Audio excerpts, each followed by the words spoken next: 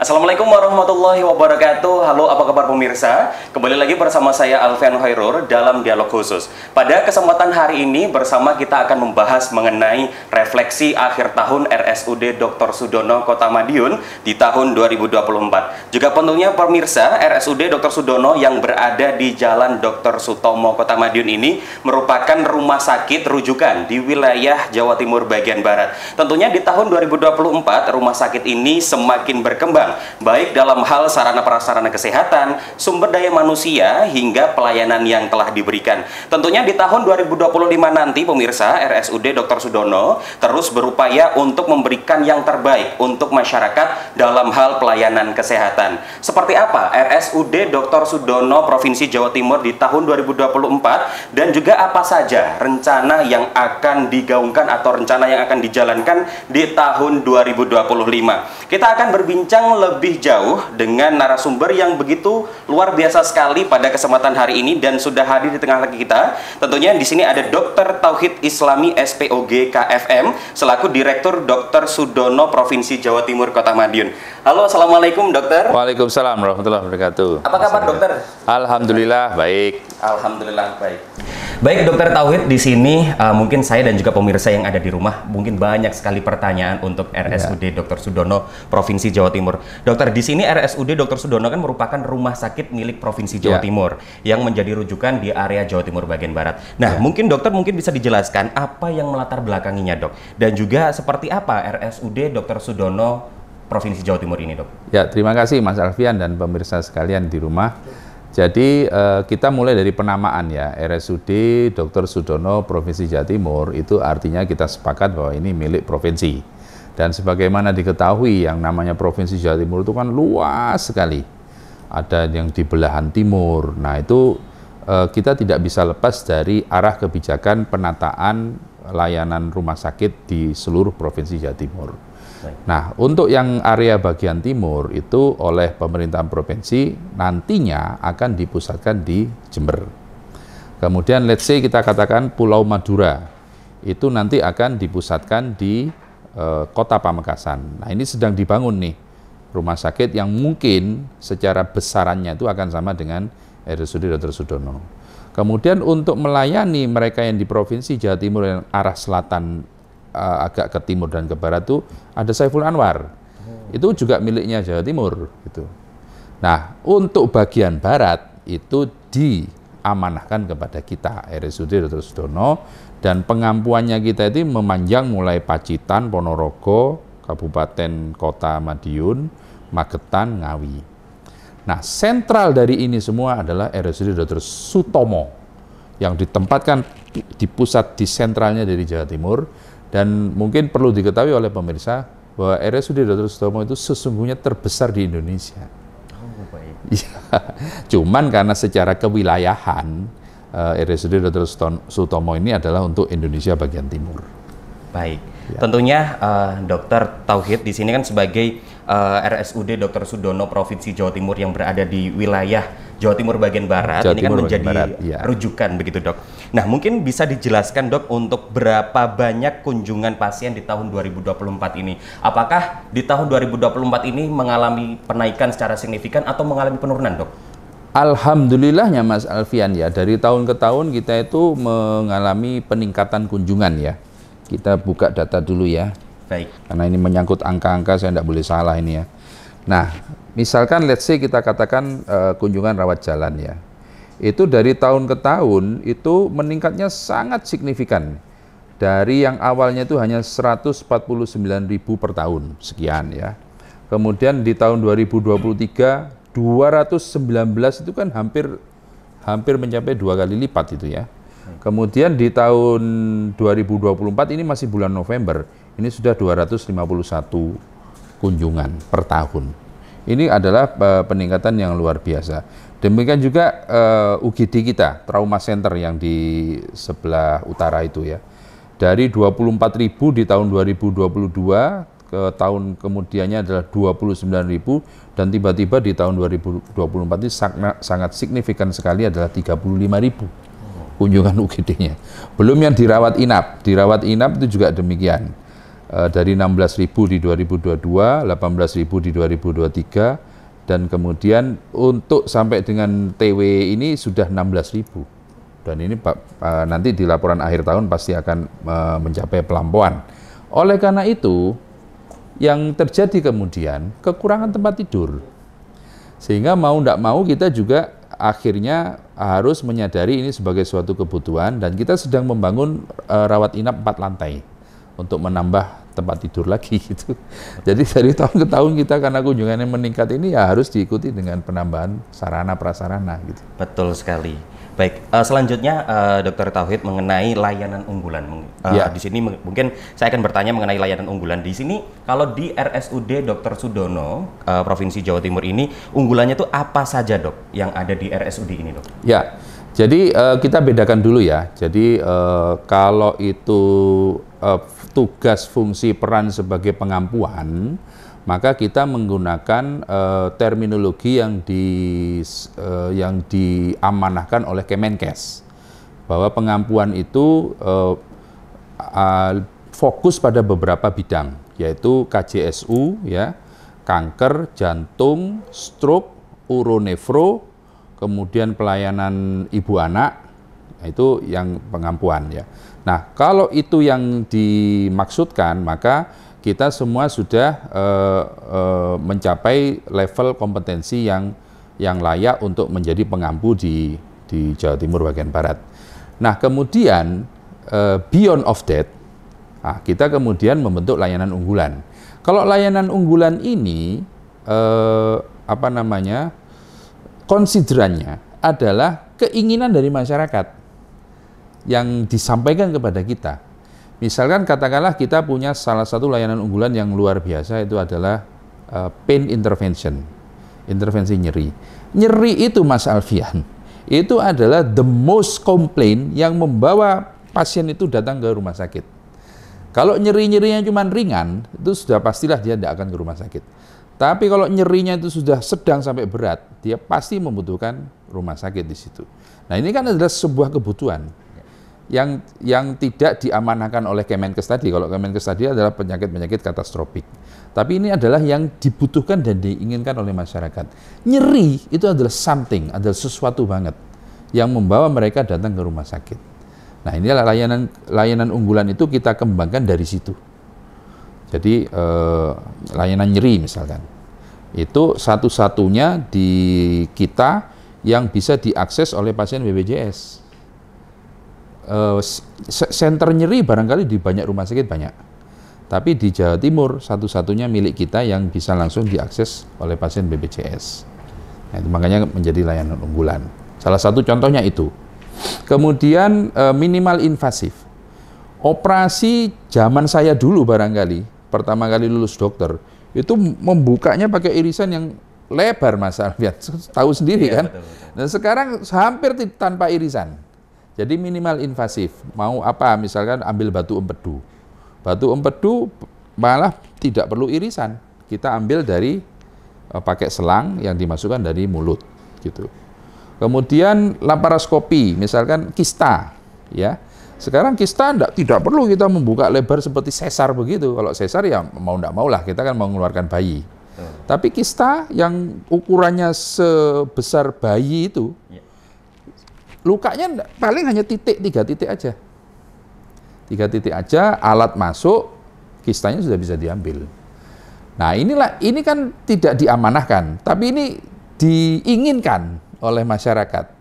Dia tidak ingin ada operasi itu yang irisannya besar lebar begitu. Nah, seperti itulah kira-kira. Jadi kalau layanan unggulan adalah kita mencoba menelisik apa sesungguhnya yang diinginkan dan dibutuhkan oleh masyarakat pengguna itu layanan. Oke, baik. Berbicara mengenai layanan unggulan begitu, dokter. Selanjutnya mungkin saya akan bertanya mengenai layanan dan juga tindakan baru dari RSUD Dr. Sudono Provinsi Jawa Timur ini di tahun 2024 ini apa saja, Dok, untuk layanan terbarunya, Dok? Ya, kita agak lebih fokus kepada masalah pembuluh darah. Ya, jadi ini barangkali juga kesempatan ini kita pakai untuk mengedukasi ya, bahwa setuju nggak Mas Alfian kalau saya katakan bahwa kualitas hidup kita ditentukan oleh kualitas pembuluh darah. Iya kan? Baik. Pasti kan. Begitu banyak berita yang memberitakan kepada kita seorang olahragawan naik sepeda tiba-tiba jatuh dan meninggal. Apa itu yang terjadi? Paling dekatnya adalah serangan jantung. Jantung itu adalah masalah pembuluh darah. Ada kemudian di rumah tiba-tiba lumpuh, stroke. Stroke itu masalah apa? Pembuluh darah gitu. Orang dengan gagal ginjal adalah juga masalah pembuluh darah yang mengarah ke ginjal. Jadi kita pada tahun 2024 mencoba mencari sebuah isu apa sebetulnya yang bisa meningkatkan quality of life, pembuluh darah. Oleh karena itu kita membuat sebuah center, vascular center yang bisa dikeroyok rame-rame bahwa pembuluh darah itu bisa mulai dari ujung kepala sampai ujung kaki. Ahlinya kita sudah siap. Mas Alfian kenal tindakan cuci otak? Ya. Orang awam bilangnya itu cuci otak. Tapi di tempat kita itu namanya DSA. Nah, DSA itu dilakukan oleh seorang spesialis yang ahli di bidang vaskuler, ya. Kemudian kita masukkan sebuah substrat gitu ya, dan dia bisa memetakan, menggambarkan bagaimana kualitas dari pembuluh darah, terutama yang di otak. Nah, itu oleh orang awam habis tindakan merasa enteng. Nah, sehingga secara awam itu dikenal sebagai cuci otak. Di Sudono sudah bisa. Sudah bisa. Dulu itu kan diperkenalkan oleh Dr. Terawan di Jakarta sana gitu. Jadi orang yang ingin mengakses layanan itu harus ke Jakarta. Kemudian diturunkan di kota-kota besar, di Semarang, di Surabaya, di Solo. Sekarang itu hadir ada di Madiun. Gitu. Nah, itulah salah satu itu untuk otak. Kemudian untuk jantung, kita punya ahli kateterisasi jantung. Mereka yang kena serangan jantung koroner, pembuluh darahnya buntu. Nah, ini di Madiun ini sekarang sudah bisa dikerjakan pemasangan ring. Yang mana dulunya harus ke Surabaya, harus ke Semarang, harus ke Jogja, harus ke Solo. Sekarang sudah kita hadirkan ada di Madiun. Dan itu alhamdulillahnya bisa dimanfaatkan oleh pasien BPJS juga. Gitu. Jadi layanan-layanan seperti itulah yang alhamdulillah bisa kita kembangkan di tahun 2024. Oke, baik Dokter Tauhid. Tentunya di sini mungkin saya akan bertanya mengenai peranan dari RSUD Dr. Sudono dalam transformasi layanan, Dok. Ini seperti apa untuk transformasi layanan di RSUD Dr. Sudono? Ya, transformasi itu kan didengungkan oleh Presiden ya, kemudian di breakdown oleh semua kementerian bahwa seluruh instansi layanan publik itu harus bertransformasi. Bertransformasi itu ada sebuah perubahan budaya atau culture yang signifikan yang tadinya tidak ada menjadi kemudian kita provide menjadi ada. Apa itu? Digitalisasi. Ya, sekarang sudah eranya era digitalisasi. Nah, apa itu manfaat untuk rumah sakit? Let's say katakan dulu kita mendaftar untuk mengakses layanan itu manual. Sekarang sudah by digital, by gadget. Gitu. Semua serba online. Sehingga itu harapannya adalah dengan kenaikan pasien yang luar biasa ini, resikonya akan timbul antrian. Nah, antrian ini kalau tidak ditata akan menjadi komplain gitu. Nah, salah satu upaya menata ini, apa upaya kita? Ya pakai digitalisasi, pakai gadget, pakai antrian online dan sebagainya. Kita berusaha ke sana. Kemudian paperless. Dulu yang menghambat layanan itu, kenapa layanan itu menjadi lama? Karena kita masih nulis. Sekarang sudah by gadget semua gitu. Sudah kita menggunakan elektronik rekam medik namanya. Apa keuntungan berikutnya dari elektronik rekam medik?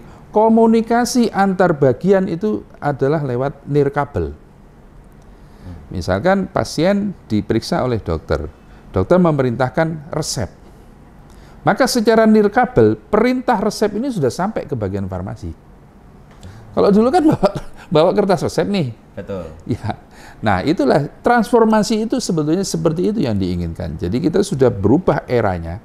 Era yang tadinya manual serba tulis-menulis, itu sekarang ke arah elektronik semua, ke arah digitalisasi, pemanfaatan gadget dan sebagainya. Dan yang lebih amazing lagi Mas Alfian, kalau Anda melakukan CT scan, melakukan MRI, itu kan dapatnya film yang berlembar-lembar tuh. Betul. Scan kepala misalnya, scan otak tuh, filmnya berlembar-lembar. Sekarang nggak usah, bisa diakses di sini. Tinggal download begitu ya? Tinggal download aja, barcode kalau di tempat kita. Betul. Sudah, bukan hanya dokternya, pasiennya pun dapat. Oke.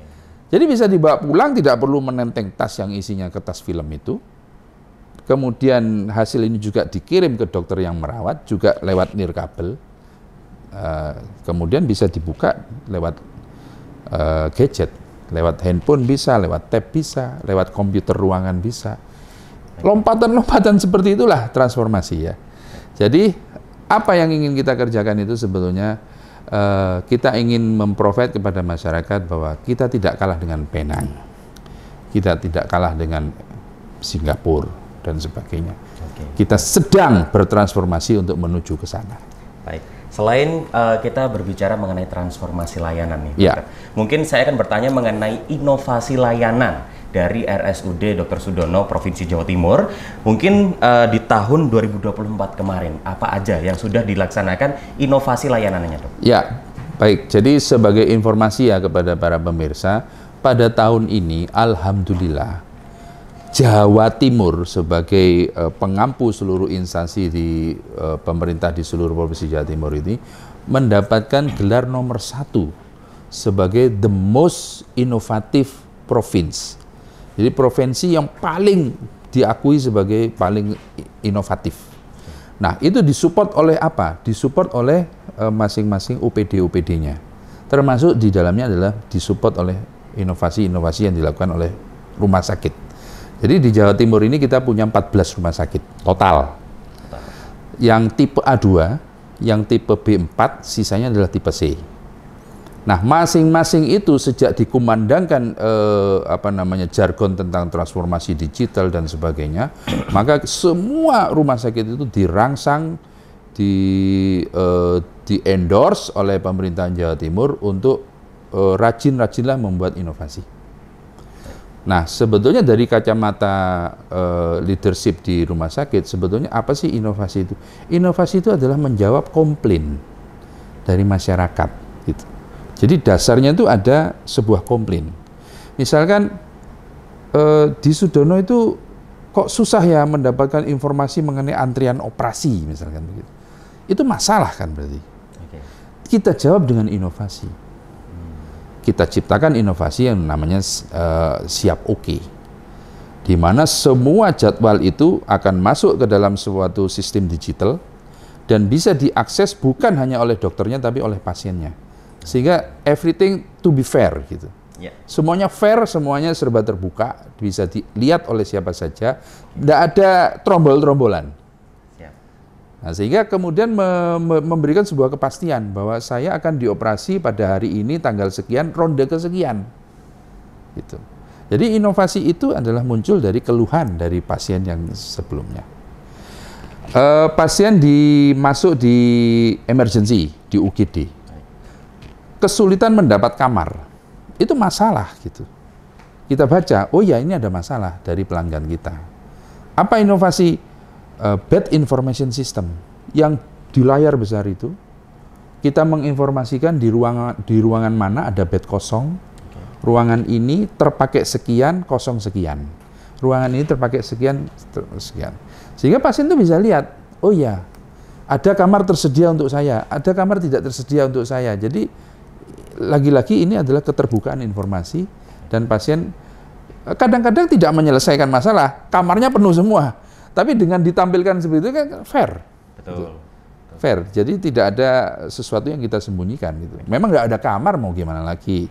Barangkali mungkin di rumah sakit lain ada kamar. Dia minta pindah, monggo silakan gitu. Gitu.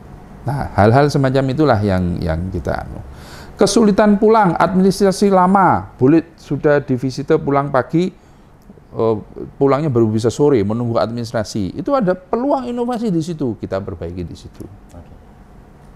Banyak Mas, kalau kita sebutkan nanti tidak selesai. Oke dokter, di sini pembicaraannya akan semakin menarik nih, Yes, dokter ya. Tentunya pemirsa, kita telah membahas sekilas mengenai refleksi akhir tahun RSUD Dr. Sudono Provinsi Jawa Timur. Tentunya kita akan membahas lebih dalam lagi tentunya mengenai harapan di tahun 2025 nanti untuk RSUD Dr. Sudono. Tentunya tetap bersama kami, Dialog Khusus akan segera kembali.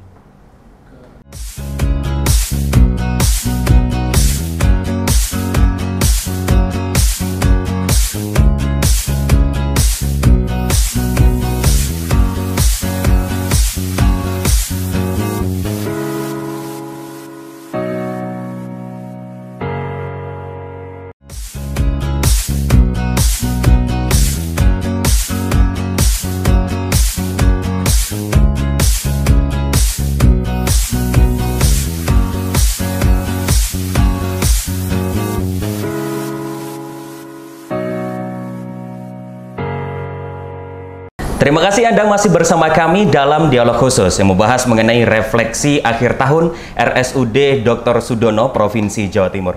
Tentunya pemirsa, bersama kita akan membahas lagi lebih lanjut dan lebih dalam mengenai refleksi akhir tahun RSUD Dr. Sudono ini. Tentunya tetap bersama dengan Dr. Tauhid. Di sini Dr. Tauhid, saya ada beberapa pertanyaan juga nih, Dok. Tentang tahun 2023 kemarin. Nah, saya sendiri kan warga asli Kota Madiun nih, Dok. Ya. Tentunya pernah mendengar bahwa RSUD Dr. Sudono ini berhasil meraih predikat wilayah bebas dari korupsi, Dok. Ya. Mungkin bisa dijelaskan Dr. Tauhid mengenai hal ini, Dok? Ya, ini luar biasa ya. Saya masuk di Dr. Sudono sebagai direktur itu di awal tahun 2023 ya. Nah, tantangannya memang ada PR besar yang susah sekali kita capai, yaitu predikat WBK. Dan ini pemiliknya adalah Kemenpan RB. Dan itu kita sudah 3 kali ganti direktur kalau saya tidak salah ingat itu. Jadi ikhtiar terus tiap tahun gagal gitu ya. Kemudian akhirnya alhamdulillahnya di tahun 2023 kita berhasil mendapat predikat itu gitu ya. Nah, sesuai dengan terminologinya WBK itu wilayah bebas korupsi. Gampangannya adalah yang disorot adalah memang hal-hal seputar potensi atau mitigasi risiko terjadinya korupsi ya. Let's say katakanlah misalkan seperti antrian tadi. Dulu pernah kita ada di suatu zaman di mana para pengantri ini mulai subuh, Mas. Yang ngantri bukan lagi orangnya, tapi sepatunya, helmnya, sandalnya gitu ya. Betul. Nah, pada situasi seperti ini rawan sekali ada suap. Karena ingin didahulukan, membayar sejumlah uang. Nah, itulah esensi dari perbaikan sistem di WBK. Demikian juga antri kamar. Antri kamar, kalau dahulu mungkin karena belum memanfaatkan teknologi digital, belum elektronik, itu sangat dimungkinkan ada potensi di situ suap. Ya, ada gratifikasi di situ, memberi sesuatu kepada petugas sehingga kemudian dia bisa dapat kamar, yang lain belum. Gitu. Demikian juga antrian operasi, sama juga. Operasi tidak ada kepastian, kapan saya dioperasi. Sudah diputuskan dokter perlu operasi, tapi kapan tidak ada kepastian. Pada situasi seperti itu juga dimungkinkan ada suap. Nah, itulah esensi utama dari WBK. Tapi ternyata setelah kita dalami, more than that gitu loh. Ternyata WBK itu kenapa sulit dicapai? Kalau hanya menciptakan sistem untuk menutup peluang-peluang suap itu kan hal yang mudah sebetulnya. Tapi kenapa kok ternyata sulit sekali, tiap tahun kita berusaha gagal. Ternyata itu esensinya ternyata budaya kerja. Termasuk di dalamnya budaya kerja inovatif tadi. Bagaimana kita menciptakan sebuah sistem yang satu menutup peluang-peluang untuk tadi itu, untuk suap, tapi juga menciptakan bahwa layanan yang diinginkan masyarakat itu cepat, transparan, akuntabel, bisa dilihat, bisa diakses, informasinya terbuka gitu. Itu yang dituntut oleh masyarakat dan itulah yang harus kita perbaiki langkah demi langkah dan akhirnya alhamdulillah dinilai dan kita layak mendapat predikat WBK itu. Oke. Baik, tentunya Dr. Tauhid tentunya kita akan membahas mengenai peranan ini dok dari RSUD Dr. Sudono Provinsi Jawa Timur ini untuk mewujudkan SDM profesional nih dok, khususnya bagi tenaga kesehatan. Ini apa saja dok yang telah dilakukan untuk RSUD Dr. Sudono ini untuk mewujudkan SDM yang profesional ini dok? Ya, jadi sebetulnya esensinya itu adalah kebutuhan, lagi-lagi kebutuhan ya. Kebutuhan bahwa dari tahun ke tahun bahwa penyakit itu makin kompleks, makin berat, dan kebutuhan sebagai pengampuan, rujukan tadi, rumah sakit di sekitar Sudono ini sudah mulai berkembang juga. Mereka membeli alat, mereka membangun sarana, mereka menambah tenaga dokter. Ini kan di satu sisi adalah sesuatu yang menggembirakan, tapi di sisi yang lain kan menimbulkan sebuah tantangan rujukan. Bahwa nanti yang akan dirujuk ke Sudono ini adalah kasus yang sudah semakin sulit. Nah, oleh karena itu rencana pengembangan SDM-nya adalah kita, kan kalau di dokter itu ada dokter umum, spesialis yang masih umum, dan konsultan seperti saya ini. Nah, kita kemudian sebagai rujukan utama di sebuah wilayah, maka yang harus kita kejar itu adalah memperbanyak mereka yang subspesialisasi. Tidak cukup hanya dengan spesialisasi yang bersifat general, tapi kita harus menambah lagi subspesialisasi.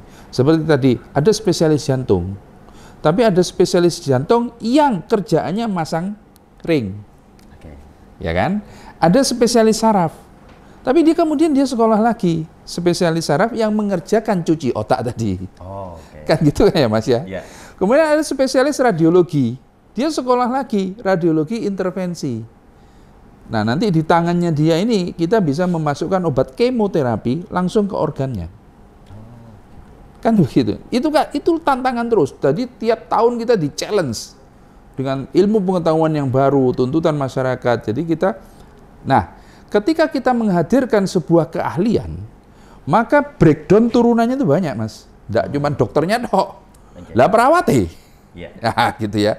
Kita menghadirkan alat canggih nih, MRI 3 Tesla. Oke, dokternya belajar membaca hasil dari MRI. Lah yang mengoperate. Betul. Nah, itulah tantangan SDM-nya di situ. Jadi dia mengikuti semua layanan-layanan yang baru yang kita kembangkan. Kita membuat sebuah cath lab, kamar operasi untuk kateterisasi, untuk tadi macam-macam itu tadi. Siapa yang memelihara alat ini? Keahlian lain yang bukan dokter. Nah, itu akhirnya kalau kita menciptakan sebuah layanan baru, maka breakdown untuk pengembangan SDM-nya itu luar biasa. Mesin cuci darah. Kita punya 24 alat. Kebutuhannya ternyata 40 alat sampai 60 mesin. Kita beli lagi 40 alat sampai 60 mesin. Perawatnya yang untuk mengerjakan itu juga harus disekolahkan kan? Betul. Nah, itu dia. Jadi pengembangan SDM adalah mengikuti dari kemana layanan kesehatan ini kita tambahkan lagi. Oke, baik. Jadi bukan hanya dokter, namun perawatnya juga. Perawatnya, nutrisionisnya. Betul. Okay. Yang memelihara alat itu kalau rusak bagaimana? Gitu. Jadi diberikan pelajaran mengenai tata cara maintenance begitu ya. Jadi tidak cukup sekolah lagi gitu. Oke, baik Dokter Tauhid. Ini cukup menarik nih dok. Tentunya saya akan bertanya mengenai prestasi nih dok. RSUD Dr. Sudono Provinsi Jawa Timur di tahun 2024 kemarin ini sudah meraih berapa banyak prestasi nih dok? Ya alhamdulillah. Jadi suasana budaya kerja di rumah sakit kami ini luar biasa. Jadi kalau Mas Alfian tahu ya, generasi itu kan dibagi-bagi ya. Baby boomers, Gen X gitu ya, milenial, dan sekarang yang terbaru Gen Z. Nah, di struktur kepegawaian kami pun juga seperti itu. Baby boomers sudah pada masuk masa pensiun. Sekarang pimpinan rumah sakit dikuasai oleh Gen X. Saya ini Gen X. Kemudian kabit-kabit saya campuran antara Gen X, ada yang milenial. Mereka anak-anak yang muda ini sudah Gen Z semua nih. Nah, kepada mereka lah sebetulnya kita titipkan. Karena Gen Z ini adalah orang yang akrab dengan gadget dan sebagainya. Mereka sangat inovatif, kreatif, dan sebagainya.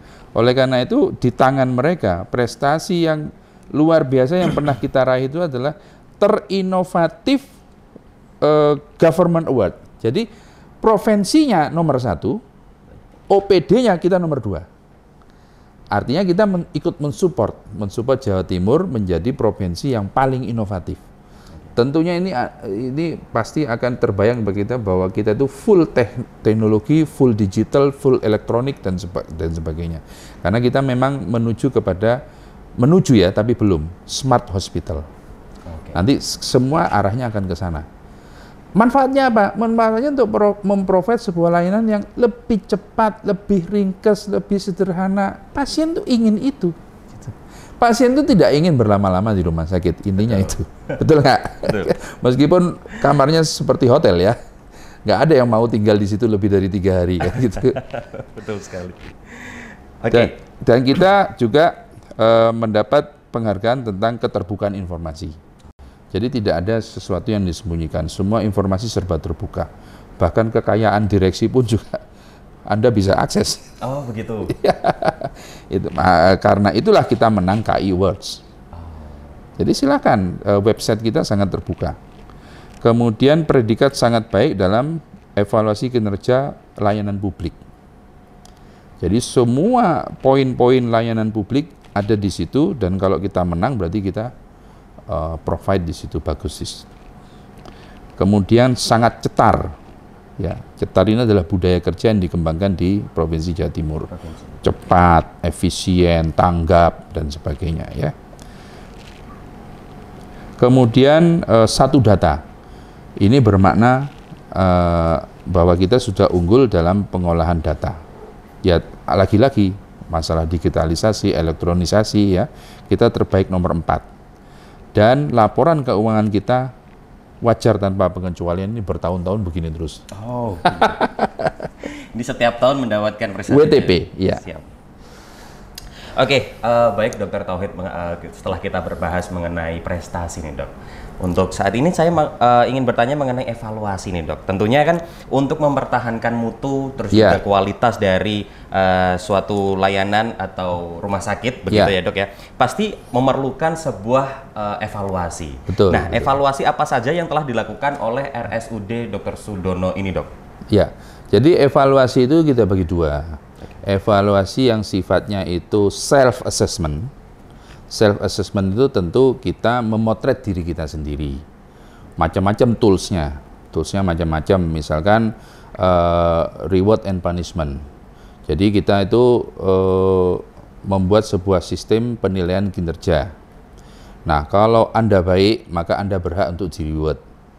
Tapi kalau Anda misalkan bekerja underperform, maka nyun sewu, kita harus melakukan pemotongan tunjangan kinerja misalkan begitu.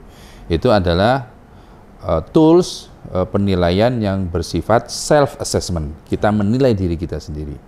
Tapi more than that, kalau self-assessment, kadang-kadang kan kita lebih banyak subjektifnya daripada objektifnya. Ada sungkan-sungkannya lah budaya timur ya. Nah, kemudian apa yang external assessment? External assessment biar pihak luar yang menilai kita gitu. Dengan apa? Dengan berbagai awarding tadi. Awarding itu sejatinya bukan hanya masalah pencapaian, tapi kita dipotret oleh orang luar. Misalnya kita mendapat WBK, yang motret itu orang Jakarta Mas, bukan orang Jawa Timur itu. Itu utusan dari Kemenpan RB. Dan kita tidak kenal, who are they? Kita tidak kenal. Mereka datang ke sini, mereka melihat data-data yang kita kirimkan, kemudian mereka datang kemari untuk mengkonfirmasi, dan mereka menyatakan kita layak WBK. Nah, itu kan juga evaluasi gitu. Andai kan kemudian keluar keputusan bahwa Anda tidak layak WBK, berarti kan kita memang tidak layak. Itu kan juga salah satu dari evaluasi. Kita misalkan ikut awarding the most innovative. Kalau kemudian jurinya mengatakan, Sudono tidak menang, berarti kan kita kurang memang. Ada hal-hal yang masih perlu kita perbaiki. Tapi alhamdulillahnya setelah dipotret oleh tim jurinya, ternyata inovasi kita yang belasan jumlahnya itu siap, oke, ada pengantaran obat sampai ke rumah berjarak 25 kilo, inovasi seperti itu. Kemudian bed management system yang serba terbuka seperti itu, dinilai semua oleh timnya Jawa Timur, kita dinyatakan layak, itu adalah evaluasi, kita sampaikan. Kalah pun kita sampaikan.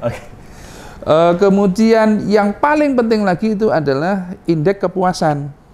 Ya bagaimanapun juga kan kita servis, maka kita harus mendapatkan penilaian kepada mereka yang diservis. Keluarlah komplain. Saya tidak mengatakan bahwa kita yang terbaik bebas komplain. Enggak, komplain hampir tiap minggu ada. Tapi justru kita membaca komplain itu adalah, oh ya, saya kurangnya di sini, saya kurangnya di situ, saya harus melakukan perbaikan ini, saya harus melakukan itu. Nah itulah eksternal. Jadi self-assessment, external assessment. Dan alhamdulillah ya seperti ini yang Mas lihat sebagai warga Kota Madiun kan. Oke, baik. Mungkin di pertanyaan terakhir di sini pemirsa, apa rencana dan juga pengembangannya RSUD Dr. Sudono Provinsi Jawa Timur di tahun 2025, Dok? Baik. Ya, saya kira kalau kita bicara tahun 2025 mungkin terlalu sempit ya. Jadi kami di tahun ini sudah mendiskusikan, membahas secara intens master plan apa yang akan dicapai oleh rumah sakit ini dalam 20 tahun yang akan datang, dihitung mulai dari 2025 sampai dengan 2045. Nah, seperti yang kita sampaikan di awal bahwa kebutuhan masyarakat terhadap layanan-layanan spesifik itu makin lama makin meningkat, makin besar jumlahnya, dan kita sudah tidak mampu lagi mengampu itu dengan baik, sehingga kita membutuhkan sebuah ekspansi, sebuah pengembangan.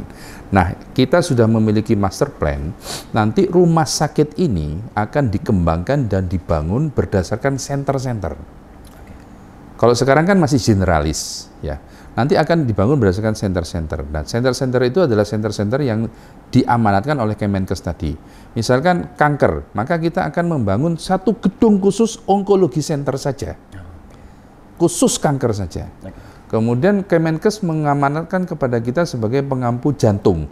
Maka nanti di tahap kedua kita akan membangun sebuah gedung yang isinya khusus pelayanan jantung terpadu.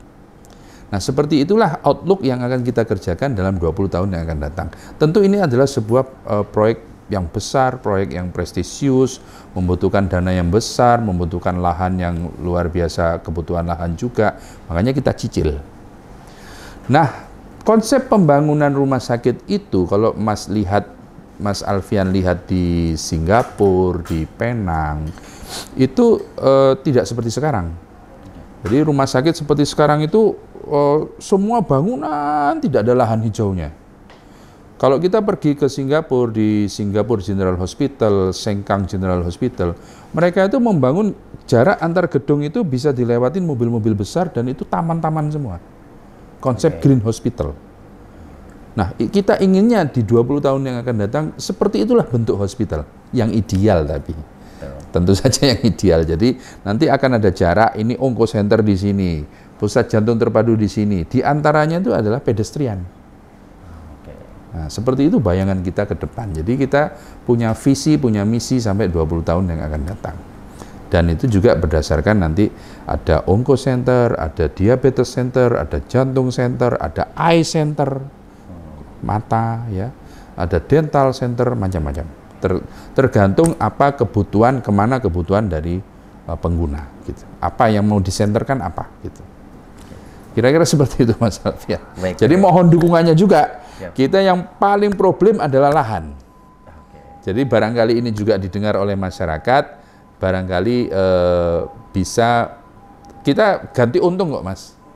Ganti untung, kita enggak apa namanya membayar murah, tidak. Kalau memang ada lahan yang seputaran one block system di Dr. Sutomo, Jalan Bali, dan kalau ada yang punya lahan di area situ, diikhlaskanlah untuk kami akan beli. Untuk bayangan pengembangan yang sampai 20 tahun yang akan datang itu. Oke, baik.